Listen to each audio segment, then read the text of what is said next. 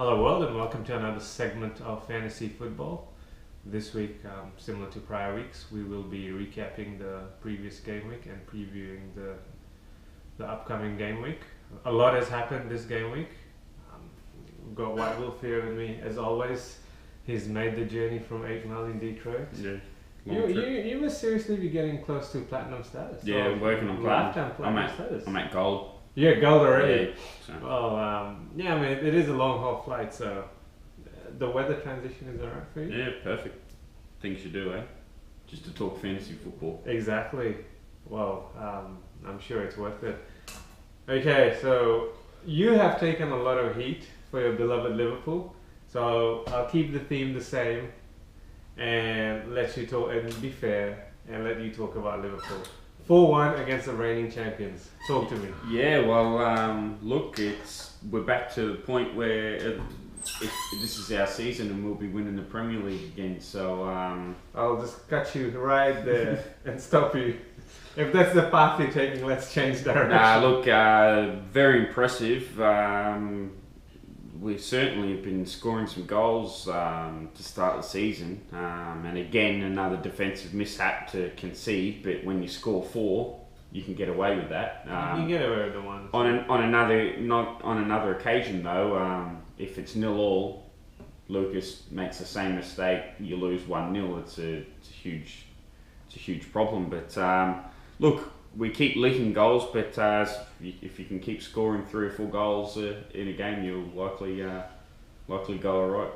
Well, it seems like Liverpool has something against the last season's champions and runners-up. 8 goals scored, 4 apiece against the teams that finished first and second. So I'm looking at the schedule and I'm seeing where's the next time, where's the mid-table to low-table team that we'll be dropping points to next. And look, the schedule's been tough, so we actually sit in a pretty decent position. Only one really disappointing result, to be fair. So absolutely happy with both Liverpool and my fantasy team at the moment. Definitely. Well, Chelsea this week with the early kickoff. That'll be interesting. Yes, very much so. Chelsea were disappointing on the weekend. Actually, they were a final leg of a multi of mine, so it made it even worse for me. But should be. That's what happens when you put Costa in any bets. Yeah, well, that's true. But no, should be a very interesting game. Looking forward to it.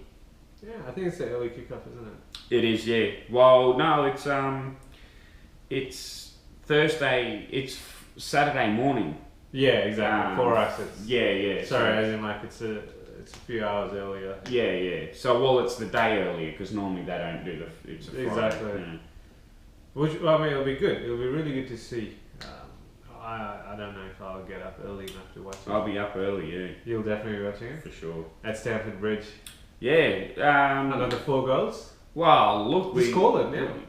3 goals. 3 goals scored by Liverpool. Yeah, well, I think Firmino will score. Mane continues to score, so there's 2. Just need 1 more. Very good. All right, we'll move on to how we performed. Look forward to this. I'll be brutally honest. My team was horrible. Yep. Everyone, the most points I got was 2 and 1 for the week. I had Giroud who came off the bench. Who gave me 4 and Sanchez came off the bench. Sanchez came off the bench, so Sanchez came back later than expected. He only arrived back in London on the Friday. That's right. And I think he played 2 games as well, didn't he? Yeah, exactly. Giroud had scored in the international break, and obviously his commute wasn't as long, so I had expectations for him. I honestly thought Arsenal were going to do well.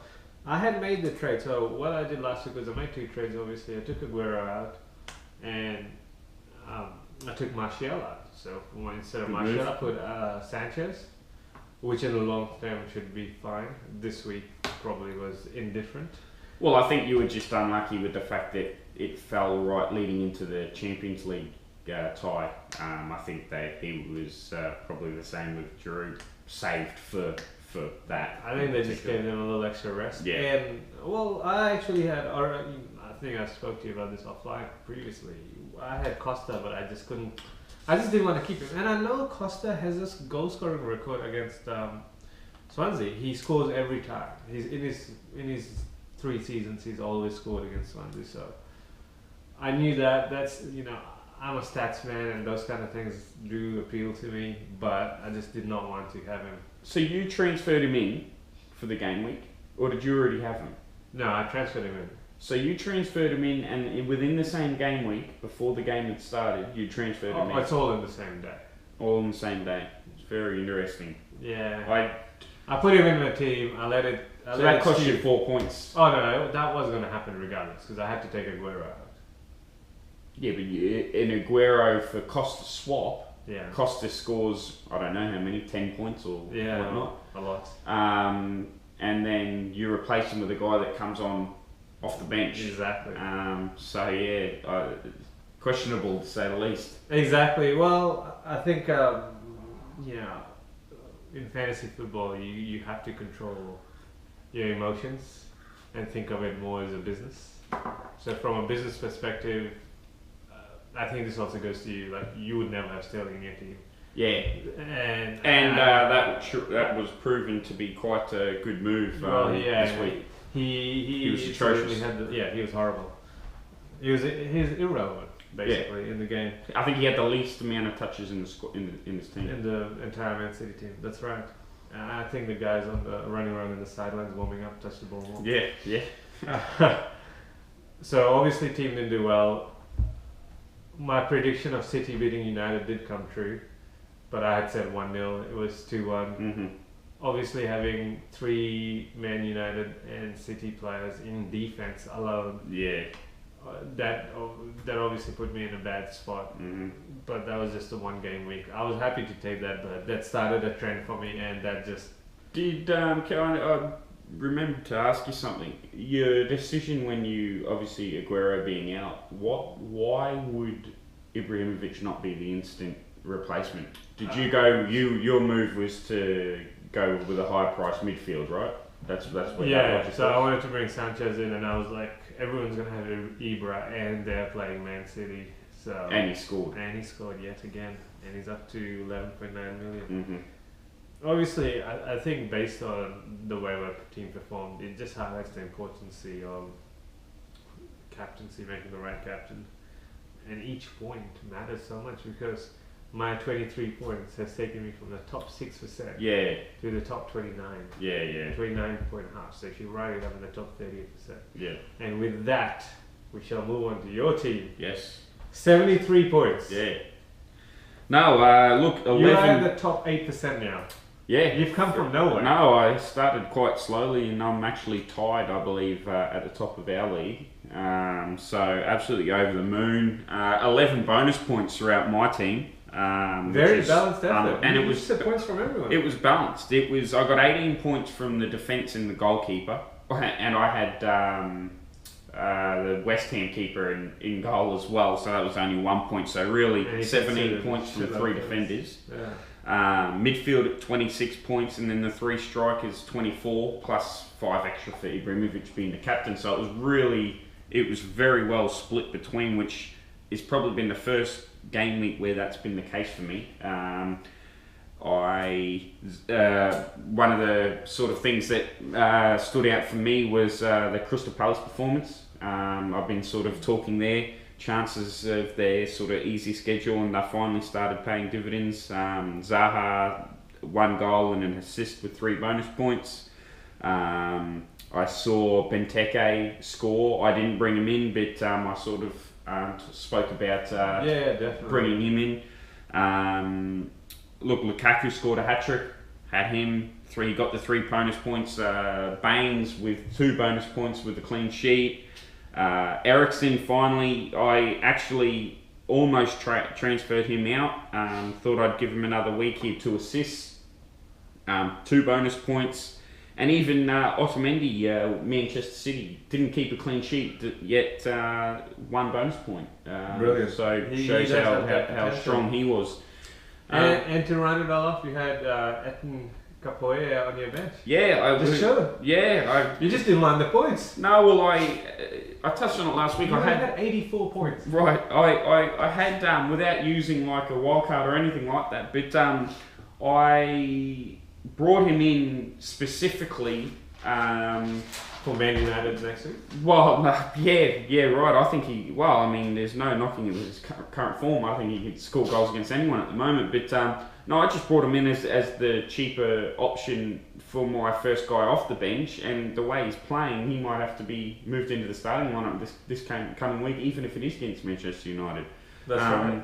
I think, it was quite an impressive performance. And his value continues to rise. So I just felt like I actually highlighted them, and we'll touch on it a little bit later. But apart from Man United this weekend, after that, I think they've got a pretty solid schedule for him to keep continuing. So, I might have to take some tips off you. Well, hey, bring him in if you can. But if you leave it too late, he might. I think he might be the new season's Mahrez type. I was going to put that. We'll touch base on that shortly. Sure. Once we move into the talking points, do a recap of their impressive performances. Mm-hmm. Obviously, there were a lot of goals scored this game week. There was only 2 clean sheets. So obviously, Borak and Scotlandberg, they both gave 6 points each. Nothing significant, not many saves. So in terms of goalkeepers, probably it's more of a quiet week. All the big goalkeepers conceded. Yeah. So we'll just leave that. But in terms of defense, so now the fact that there were so many goals conceded, this highlights the importance of having a great defender. Even though so many goals were conceded, these defenders played quite well. So we had Koscielny from Arsenal with his scissor kick. What a goal! 10 points. He gave a goal and 2 bonus points despite conceding. Yeah. I think if you have someone like that in your team, you take that point. Yeah, that's a brilliant thing. Now, I don't know if he's going to score goals like that often, but had you gone for an expected clean sheet with Arsenal, like we had mentioned that they have had a good schedule, that would have really, really paid dividends. Well, that's why I always, and I've said it from the start, that's why I always lean towards cheaper 2 goalkeepers, because really they're relying predominantly on clean sheets as a way of scoring points. Defenders, and Otamendi was an example, bonus point while conceding. They can still score points, and a lot of them, while conceding. So that's exactly the next person is a classic example, Kyle Walker. Yeah. He's up to 5.7 mil now. Assist, plus a clean sheet. Yeah. 2 bonus points. He's running around the flanks. I think he's a great asset to your team. Yeah. And his value keeps rising. Tottenham do have an interesting schedule coming up. Yeah, particularly the next couple of games. Exactly. Which is basically, funnily enough, one of the major reasons why I did keep Eriksen in my lineup. He had a bit of a slow start to the season, but I've kept him in and it proved to be a good move this week. But with a couple of nice games coming up, I think he can keep scoring points, and that goes for Walker as well. Definitely. And Adam Smith, he's a $4.5 million price player. Yeah. 11 points, assist, clean sheet, and all 3 bonus points. Now that's amazing. Yeah. Considering he didn't score the goal. No, that's right. So he was putting in a lot of work. Next one is, he's not a surprise. He's been the star defender a few seasons back. Yeah. Leighton Baines, clean sheet, 2 bonus points. Yeah. Despite not having an assist or a goal, he gave you 2 bonus points. So it shows the amount of his work rate is quite good. Yeah, his work rate is quite good. And obviously, if you had any Spurs, Everton, or Bournemouth defenders, you would have got clean sheets. Yep. Had you picked a starter or a cheapie, now I think having clean sheets could make a big difference too. So obviously, if you don't get those attacking returns, if your team does give clean sheets, well, that's awesome. Moving on to the midfield now.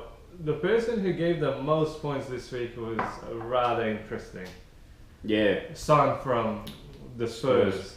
He's owned by 0.3% of all owners.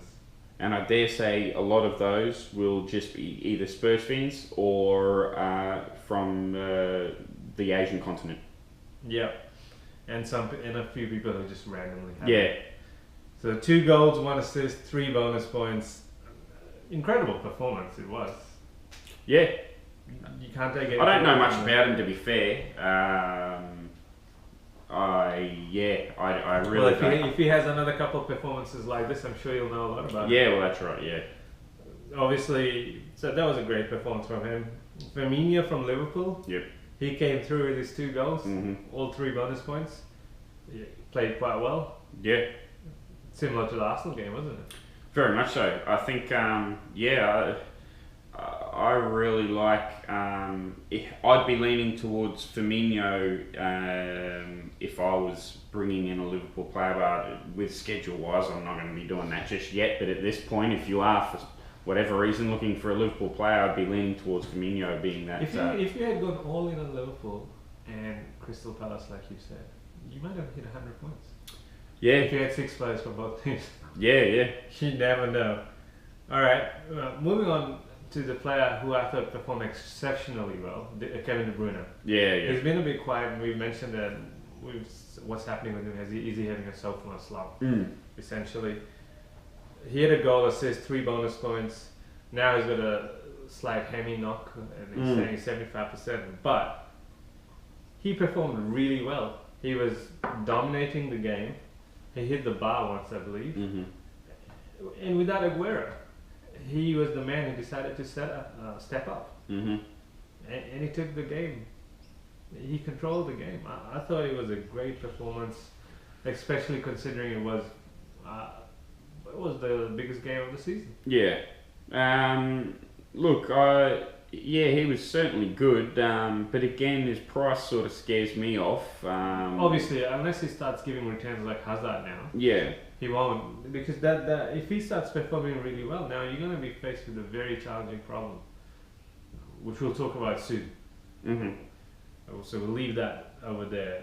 The next one is probably the most impressive performance of the season overall. Ethnic Kapoya, 13 points, a goal and assist, all 3 bonus.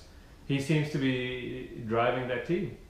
Yeah, and a pretty solid start to the season, to be fair. Despite sort of, they would have been, I dare say, one of the favourites to be going back down. But look, I moved him into my lineup. I did have him on the bench, but the way he's playing is certainly, it's a sort of... at least a tough decision that you'd like to have, player on the bench playing well that you'd be otherwise looking to move into your lineup for someone maybe not playing as well. But yeah, as I said earlier, I think one of the main reasons I do like their upcoming schedule, not so much against United this week, but moving forward for the next, I think it was about 4 or 5 weeks, and I think that a lot of people might have found the new sort of cheaper, high-scoring alternative of last year, which was, the likes of Mahrez. Last year, Mahrez, the season before was Sigurdsson, so could he be that person? Well, I think so. All right. Well, what's his price gone up to? It's 4.8. Yeah, because I got him at 4.7, and I mean, the way he's playing, he's going to be well and truly into the 5s in a matter of a couple of weeks. So.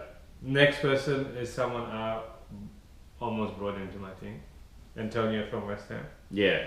2 goals, 1 bonus point. He's gone up already to 7.1. He has been playing exceptionally well. Yeah. He seems to be taking more of the goals from Payet, and Payet is assisting. Yeah. But those two did play together, and they had a good dynamic. So he is definitely the cheaper option. I would put him on your watch list. He played well. The only reason I didn't bring him in is because I had a £6 million rather midfielder who, if I moved and got this guy, when Aguero came back, I obviously would have to make more transfers than I want to. So yeah, so I guess your goal moving forward is as soon as Aguero's available, he'll be coming straight back into your lineup. That's the way I'm planning right now. The next person was Zaha, 12 points, 1 goal assist, 3 bonus points. Finally. You've had him as well, and he delivered, and he played quite well in that game actually. And the next one is the speedy Sadio Mane. Yeah. What a good start. Yeah, good start of the season for him. Considering he just changed clubs. Yeah, new club. I think he had a bit of a knocker in the second week. He's been really impressive. The pace that he has on the wings and his ability to take players on, and all credit to him. He's been really good. Alright, moving on to the forwards. Lukaku, obviously. Yep. Hat-trick and 3 bonus points. Yep. Gave 17, he's already got 0.1. I think he had a drought for a few months, considering the end of last season. Yeah. Now, it'd be getting close to 6 months. Yep. Comes back with a hat trick, amazing. You've had him all season, so definitely worked out to be a great investment from your behalf, from your side. Well, yeah, it was certainly a slow start, but again, another sort of schedule-based decision. I think he'll only be scoring more in the next couple of weeks. Definitely. Then we had Costa, 9.9, 12 points, 2 goals through bonus. That was my regret for the week for not bringing him in. He's obviously gone up a fair bit. It cost you 4 points to get rid of him as well. Yeah, definitely. Which makes it even worse. Yeah. Igalo, now he's someone I had in my team a lot last season. Mm-hmm. The first half of last season he was performing really well. 11 points. I haven't got him in this season because of his price. A goal and assist. So he played well with Kapoe. Benteke obviously gave 7 points, a goal and a bonus. So he's off to a good start at 7.5. And the other person was from Man City, Ichenko. Yeah. At 6.9 he gave 10 points. So obviously a great performance for him, but would you bring him into your team? No, like you said, Sergio is around. So yeah, I mean, it's no, if Aguero was going to be missing 4 to 6 weeks or even longer, then by all means it'd be well and truly, in consideration. But no, not for a 2 or 3 week in between time. There's too many better options at that. Yeah. All right. So we'll move to the next segment, which we'll put in the next video.